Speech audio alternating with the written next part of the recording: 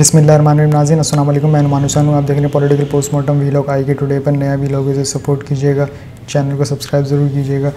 आज एक अहम समाअत थी और वकला की बहुत बड़ी तादाद सुप्रीम कोर्ट से इज़हार यकजहती के लिए वहाँ पे पहुँची।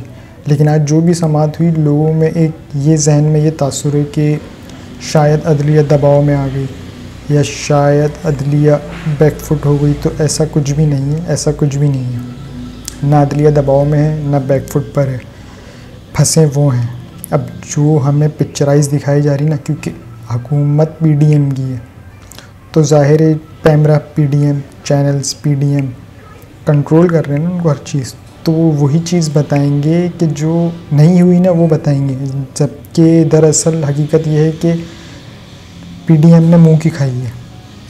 पीडीएम ने अदालत में मुंह की खाई है। इनके पास कोई जवाब नहीं, जो जवाब पूछा जाए तो उसका है वो ये तो इनकी हालत थी।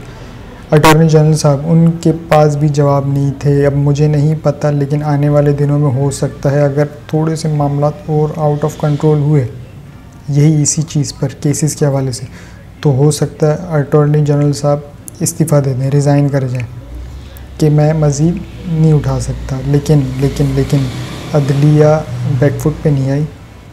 केसेस तमाम वही चलते रहेंगे। अदलिया ने सिर्फ ये किया था कि ये जो बिल एक था, जो इस्लाहाती अदालती इस्लाहात बिल था, इसके उठाने का मकसद ये था कि अगर ये 10 दिन बाद इसे उठाया जाता या 10 दिन तक वेट किया जाता तो ये एक्ट बन जाता, एक कानून बन जाता। अब जब ये कानून बन जाता तो मौजूदा जो जजेस हजरात हैं, जो अदलिया, उनको इस कानून के तहत फिर चलना पड़ता, यानी कि 10 दिन बाद तो वो एक एक्ट की सूरत बन जाती। तो उसका मतलब फिर वो 100 मोटो नहीं ले सकते, जज के इख्तियारात महदूद हो गए, फिर उनको मुशावरत करनी पड़ती 3 सीनियर जजेस से, उसके बाद फिर जाके वो कुछ करते। तो इससे पहले ही उन्होंने, जब तक वो एक्ट नहीं बना, उन्होंने वो बिल उठा लिया, उस पर समाअत शुरू की और उसकी समाअत करते ही उन्होंने एक 8 रुकनी जो बेंच था उसका मुत्तफ़िक़ का फ़ैसला उन्होंने 20 दिन के लिए इसे मुलतवी कर दिया। लेकिन ये समाअत तब भी होगी, और मुलतवी इसलिए नहीं की है, मुलतवी इसलिए की है क्योंकि एक अहम समाअत है, वो है 90 रोज़ के अंदर इलेक्शन।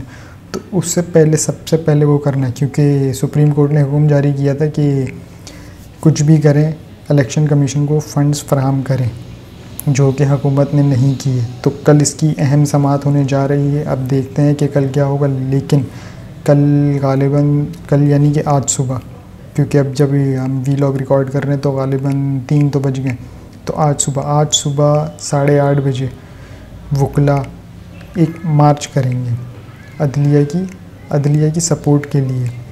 तो सुबह अदलिया की मार्च है, उसके बाद ये समाअत शुरू होगी और वकला की बहुत बड़ी तादाद सुप्रीम कोर्ट जाएगी, जो कि एतजाज़ हसन ने एक मुहिम भी चलाई है, हम मुल्क बचाने निकले हैं, आओ हमारे साथ चलो।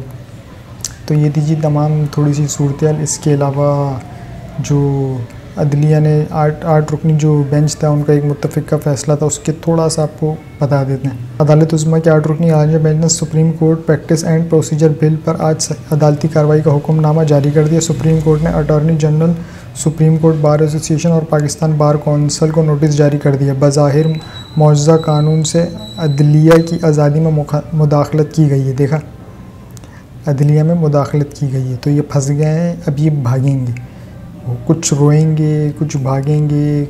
जो भागेंगे वो चीखते चीखते भागेंगे, लेकिन फटके डंडे सबको पड़ेंगे, चीखें सबकी निकलेंगी। और ये सब भागते वो एक होता है ना, रिबन लगी हुई होती है, जब आप भागते हैं तो रिबन टूटती है तो देखते हैं फर्स्ट कौन आया।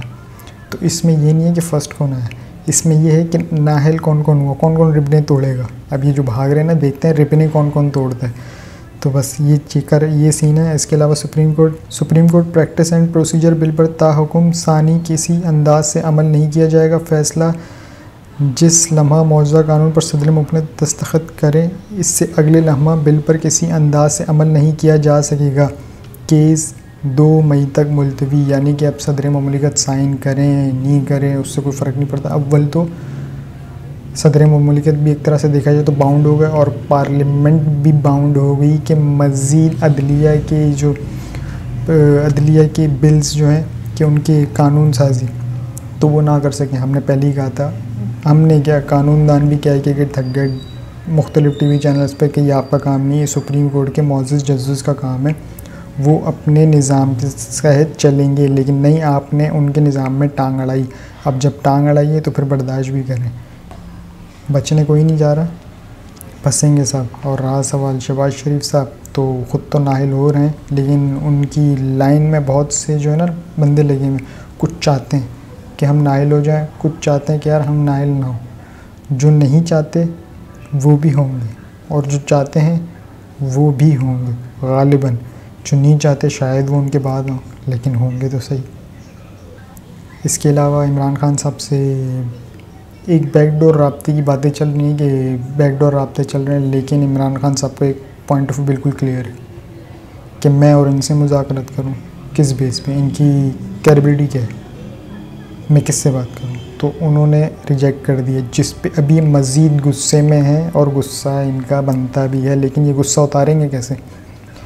अब इन्होंने गुस्सा उतारने का जो नया प्लान बनाया वो ये है कि मज़ीद केसेस बनाना कि इमरान खान साहब को प्रेशर में लाया जाए, दबाव में लाया जाए।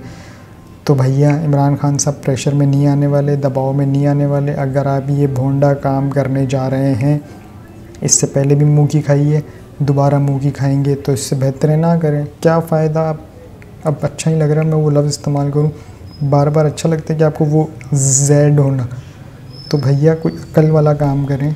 इतने पुराने खापड़ सियासतदान नहीं है, इमरान खान से पहले के हैं ये सियासतदान। ये इतनी भोंडी हरकतें कर रहे हैं आइन कानून में, और ऊपर से इंतकामी कार्रवाइयाँ, दबाव में लाने के लिए केसेस, दबाव में लाने के लिए केसेस कि वो किसी तरह पिघले, किसी तरह पिघले, हमारे अंडर आए, हमारे प्रेशर में आए। लेकिन नहीं, वो नहीं आने वाले। उमर अता बंदयाल के साथ भी यही किया इन्होंने, चीफ जस्टिस साहब, लेकिन वो नहीं आए, वो डट के खड़े और वो मुकाबला करेंगे। इन्होंने जितने भी भोंडे काम किए ना, अभी सर पकड़ के बैठे हैं। बज़ाहिर जो दिखाते हैं टीवी पे हंसी खुशी ये, लेकिन अगर आप ऑफ बैक, वो कहते हैं ना BTS, बिहाइंड द सीन, अगर आप बिहाइंड द सीन देखें कैमरे पे पर्दा ढाल के, तो ये सब यूँ गुन्ने बन के बैठे हुए होते हैं, इनके मुँह लटके हुए होते हैं। बाज़ तो ऐसे होंगे जो रोते भी होंगे, और उनका रोना जायज़ भी है।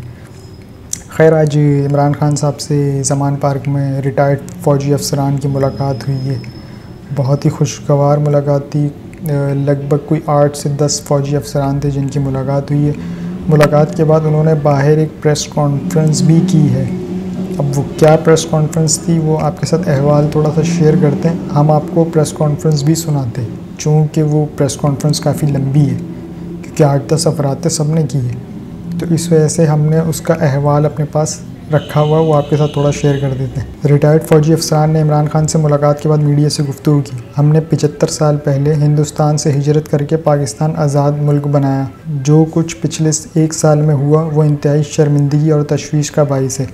जो फासले फ़ौज और आवाम के दरमियान पैदा हो गए हैं, इसको ख़त्म करने का वक्त आ गया है। और अदलिया पर जिस किस्म की तनकीद हो रही है, हम अपनी मुअज़्ज़ज़ अदलिया के साथ खड़े हैं। हमने बाजुओं से मुलाकात में कहा कि जनरल अयूब खान के ज़माने से अमेरिका ने फ़ौज पर कंट्रोल रखा हुआ है। अब वक्त आ गया है कि हम इसकी ज़ंजीरें तोड़ें। वो हमें कहता था हालात ठीक हो जाएंगे, बाजुआ साहब कहते थे कि हालात ठीक हो जाएंगे। पाकिस्तान फ़ौज और आवाम में दूरी पैदा हो चुकी है जो मुल्क के लिए बहुत ख़तरनाक है। कमर जावेद बाजुआ के दौर में हमें GHQ बुलाया गया तो बाजुआ साहब ने कहा, अब बाजुआ साहब ने क्या कहा, थोड़ा सब्र, फिर वो रिटायर्ड हुए तो आर्मी चीफ आसिम मुनीर का इंतज़ार किया, पॉलिसी चेंज के लिए फिर ख़त लिखा, लेकिन उन्होंने जवाब तक ना दिया। जिस ख़तरनाक हद तक आवाम और फ़ौज में फ़ासले बढ़ गए हैं, इसे जल्दी ख़त्म होना चाहिए। बाजुआ ने हमारी सुनी नहीं। और जनरल आसिम मुनीर कहते हैं कि ये नई फ़ौज है हमारी। हमने कहा सही कह रहे हो कि फ़ौज ही नहीं, जो पाकिस्तान बनते वक्त थी, इनका जज्बा और मोहब्बत ही अलग थी अपने लोगों के लिए। आपसे तो आवाम दूर हो रही है। ये बहुत तशवीशनाक बातें की हैं, बहुत। एक सिपहसालार ने फ़ौज का नाम इस्तेमाल करके गलती की है, वो अब चला गया है। बाजुआ साहब, किसी एक शख्स को ये हक़ नहीं पहुंचता कि वो पाकिस्तान के फ़ैसले करे। बाजुआ साहब, उन्होंने फ़ौज को पंजाब पुलिस बना दिया है और आर्मी को IG पंजाब बना दिया है। इस सब का हल सिर्फ शफाफ इलेक्शन है। ये थी रिटायर्ड फ़ौजी अफसरान की गुफ्तगू कि कोई भी खलल ढालेगा, ऐसा कुछ नहीं होने जा रहा। हाँ, इसका फ़ायदा ज़रूर पीडीएम उठा रही है क्योंकि इमरान खान के इस्टेब्लिशमेंट के रास्ते थोड़े से जुदा हैं, हालात थोड़े संगीन हैं, लेकिन इसका ये हरगिज़ मतलब नहीं कि वो फूट डाले तो हो सकता है वो जाली कैंपेन भी चला रहे हों जिसका मलबा सीधा इमरान खान पे गिरे। कुछ भी हो सकता है, इसकी अगर तहकीकात हुई जाए तो बहुत कुछ हो सकता है। रहा सवाल इलेक्शन का, तो इलेक्शन तो होगा और 90 दिन के अंदर ही होगा। जिस तरह आज इन्होंने अदालत में मुँह की खाई है, आने वाले दिनों में भी ये मुँह की खाएंगे। और जो आज समाअत होने जा रही है बहुत अहम है। डायरेक्शन पहले ही दे दी गई थी, सिर्फ फ़ंड्स का मामला था। फ़ंड्स के मामले में तलब कर लिए, अब देखते हैं फ़ंड्स ये देते हैं नहीं देते। अगर ये फ़ंड्स नहीं देंगे तो भैया ऑटो तो नहीं बोलूँगा, टैक्सी बोलूँगा, बड़े लोग हैं ना, टैक्सी का बंदोबस्त कर लेना, उबर करीम का, क्योंकि सरकारी गाड़ियाँ रोक ली जाएंगी और आपको बोला जाएगा चल निकल।